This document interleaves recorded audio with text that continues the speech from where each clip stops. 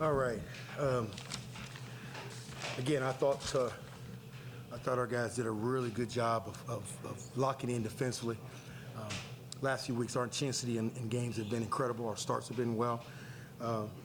We're just getting better, you know. As I told them, we got a long way to go, but they understand the defenses. They're starting to understand it. I thought we held a team that's leading our league in scoring, and those things held them 63 points. And the leading scorer in our conference, averaging 23 points, we held them 6.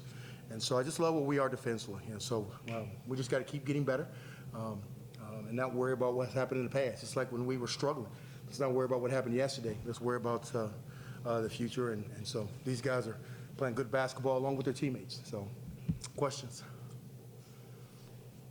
When you were up 35 in the second half, that was actually the biggest lead Tulane's ever had in this league in any time in a game. The first 31 minutes, which were the ones that mattered, do you feel like that's as well as could you really complain about anything the way the team played up to that point? Well, it's as I said before, I thought all year thus far we played really well defensively. Our offense hadn't come to fruition, and so it's our offense was hurting our defense. Now our offense is actually helping our defense, and we're scoring off the defense. And so it's where I don't look at the score when I'm coaching very much. I don't. I look at the time, but I don't look at the score unless it's late in the game. Because I just want these guys to keep playing. We got to keep coaching them, keep playing. But all those things are nice right now. But what we want to do is, we want to keep trying to figure this thing out. Now we got to go find a way to win on the road next week. Caleb, Yeah. you were good all across the board statistically, 11 for 15 from the floor. What do you feel like was the key for you guys today to just blow them out from the start? It started in practice. We prepared well. Coach got on us about learning how to win, keeping the intensity going, and just staying consistent. So it started in practice, and we brought it to the game. And everybody played well tonight. How much fun did you have out there? You had another emphatic block at the rim, and it ended up with a Greg dunk. That was like a good play. It was a lot of fun. I'm glad you liked it. Yeah, that was a good play.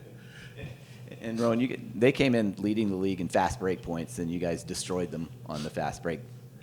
How much is the defense helping you guys just get those baskets so easily? I feel like they were clearly confused and know what to do. They were just throwing up shots, and then they weren't getting back on defense. So, yeah, we were just throwing them out of their rhythm. So. And obviously, some of the non-conference was a struggle for you guys. How did you make sure to keep your confidence up so that you could be playing like you are right now? It's a super long season. Like, one game doesn't define a team. Like, we obviously had some losses we shouldn't, but we have the talent. We just got to keep buying into the defense, buying into the offense, and we can keep building. You guys haven't trailed for a second in two conference games so far. You mentioned the starts, but just how much do you feel like you're kind of taking it two teams right off the bat right now? Well, I didn't know that's that either. You got to quit telling me these stats because they make me nervous. And so all I'll do is go back home and think, oh, my God, we haven't trailed yet. But again, what we want to do, I don't think this is going to be any different than, in December when we were down and things weren't going great. We just want to keep getting better.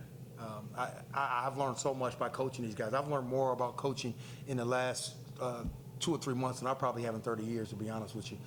Because all this is so new, and I've got to prepare them differently in that regards. And so these guys are still teaching me things, and so you'll never get too old to learn. And that's why I love coaching this group, because I go home and I feel like I'm getting better because of them. They're helping me become even a better coach with some of these things, because a lot of them are first. You can't take anything for granted. When you coach these two knuckleheads, you can't take things for granted. So we have to pay attention to the detail, and we will continue to do that. You mentioned to me the other day how Asher Woods has been so good. Yeah. And so I watched that today, and he really, they couldn't get past him a lot in the first half, and that led to some of their mistakes and frustration. Just the overall defense, how impressed with it? I think since the Florida State game, or maybe even before them, especially the second half of the Florida State game, is when I thought that we could make the change with Asher. We are better when he's on the floor. All statistically, all analytics show that when Asher's on the floor with that first group, we are much better.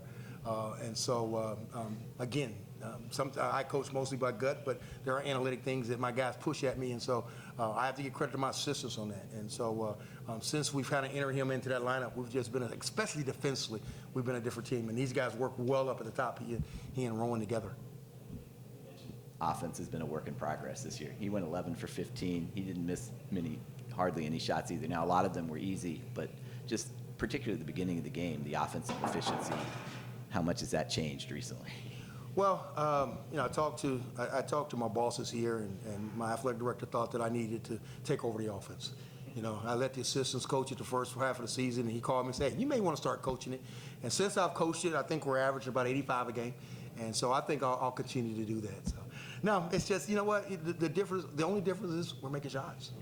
Those wide open shots early we weren't making because we were playing way too fast. The one thing I've seen, the game is slowed down for all of our guys. It's slowed down for the coaches, it's slowed down for the players, and when it slows down, you see things a little bit more. That's why you saw today we had 25 assists on 33 baskets.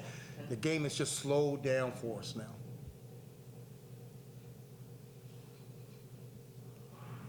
Caleb, Yeah. for these past 2 conference games, you guys have not only started off really strong, but you've maintained that steady of a lead for both these games. And as the leading scorer, I want to know how you feel what has led to these results.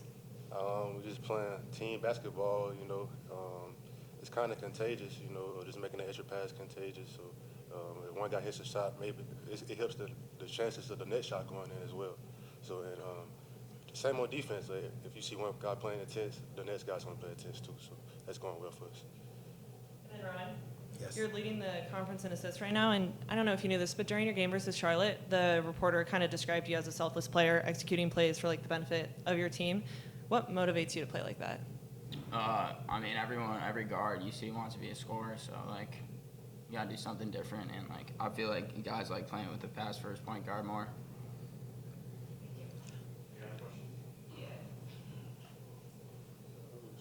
Guys, it seemed like y'all were in a foot race to see who was gonna score the most points tonight. So what did it mean for y'all to just come out to a hot start and keep it going to the second half as well? Can you repeat the question? Sorry.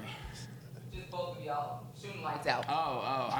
We were just driving the gaps, and I think we were taking good shots, not bad shots, and that's why we got our percentages high. We weren't trying to force anything. Yeah, I was just running the floor a lot today, so I got a lot of fast break points, so that was good. And I challenged these guys. They were the number 1 offense coming into the league. We're the number 1 defense in the league. And so I challenged them, who's going to win out? And I said that we'll see after the game. We're not going to talk about it. We'll see after the game. The number 1 offense, number 1 defense going at each other. And so we challenge these guys with that. Coach, you talk about Greg Glenn's game. He's pretty solid tonight as well. The points don't show it, but pretty solid game from him. Yeah, Greg is doing great. It's always, I've been doing this for a long time, and I've always had a guy that I'm just extra hard on all the time. And I love him. I love him like my son. But, he can drive me crazy sometimes, but I love him. I think by far, and I said this against Charlotte, I think Greg Glenn is playing his best basketball of his life right now. This is the best basketball now. There are times he'll start spinning and his dreads start flying all over the place, ball flying all over the place. We just got to calm him down a little bit. But Greg Glenn is playing the best basketball of his career right now. What does it take to build on a performance like this as well as you continue on the conference? Be good tomorrow in practice. Just be good tomorrow in practice. That's all we care about. Be good tomorrow in practice. Thank you. Everybody good?